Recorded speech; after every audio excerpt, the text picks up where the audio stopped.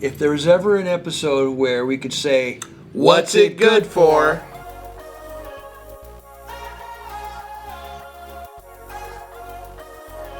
This is it, because we have to explain this fully.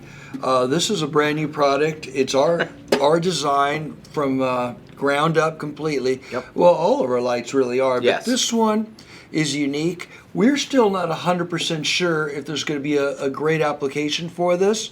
The price point is really, really good for what it does. I know you're all going, what does it do? I don't even know what it does. Okay, you can tell. Peter's going to let us all know. What does it say there? It says that it's a DMX merge. All right, DMX 512 channels, as you know. So you got 512 possible channels. Well, when you have one controller out to multiple DMX inputs. Yeah. This lets you reverse that process. It lets you have multiple inputs into one output. So why would you need that? All right, so you have a controller. Let's talk a church, because it's a good application. Your lighting controller controls everything in the church, but you want a separate controller out in the lobby that you could turn off and then take over, but you want that one to control just lights in the lobby. This, through Phoenix connectors, these are screw down connectors, so you don't need to use XLRs. You have up to 8 inputs, 1 output. Completely programmable on the face. So I'm going to explain this, and then you let me know if you understand it, because if you don't understand it, they're not going to understand it. So let's say we use one of our wall stations, an SM8. We plug it into input 1. On the face of it, we tell it is only good for DMX channels 1 through 5, let's say. And that controls the lobby lights. So you're isolating those channels. Yep. We plug in another wall station into 2, and we tell it it's good for channels 6 through 10. And that is only controlling lights in a hallway or classroom. Then we bring in the lighting system from the worship center. We put it in here. We tell it channels 11 through 512.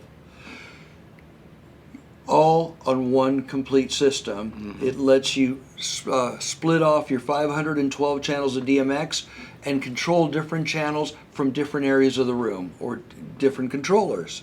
That seems really cool. It is, and the easiest way to override would be just an AV switch, which we also make. Just turn off DMX to those and control it all from one. We still have to think that one through. This is brand new.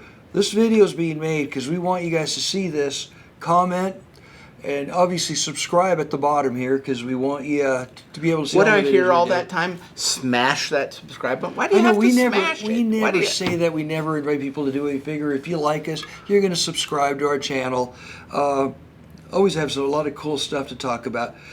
Or stupid stuff. Here's what's beautiful about this too. We can change the programming, and so if you have a very specific custom application that we think is marketable, our engineers will rewrite the firmware, and we can upload it onto the unit to do almost anything you can do with 8 in, 1 out DMX, 512 channels. We want to hear from you. This is his brain baby. He came up with this. Want to know if this is applicable to you. I'll tell you how I came up with this.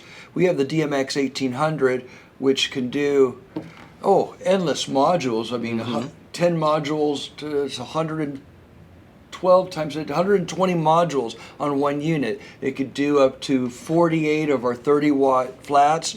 A lot of combinations. So we're doing a classroom right now. It's a wing to a school. It has 12 classrooms in there. Great application. I don't need multiple DMX 1800s.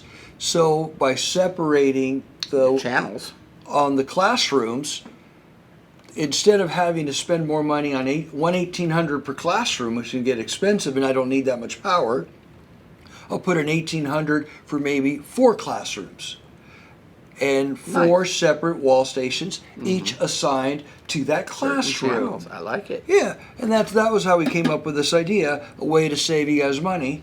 Well, you done learned me really good. So that makes sense? It did. You understand it? Yeah. Yes. Pretty easy to program, easy to use. Our buddy Chris wrote up the manual for it. We always write the manual first, and then we have the engineers build it to how we design the manual. We do that because engineers don't always think the same way humans. Common sense and, the way practical people would think. We want it to be easy. So we design the manual first. We tell them how we want it programmed, and then they make it that way. which we don't get a bunch of brainiacs telling you how to be confused. Yeah. So hopefully you now know what it's good for. You know what it's good for. I do. I feel edumacated. Edumacated. Yes. And we're out. Thanks for watching.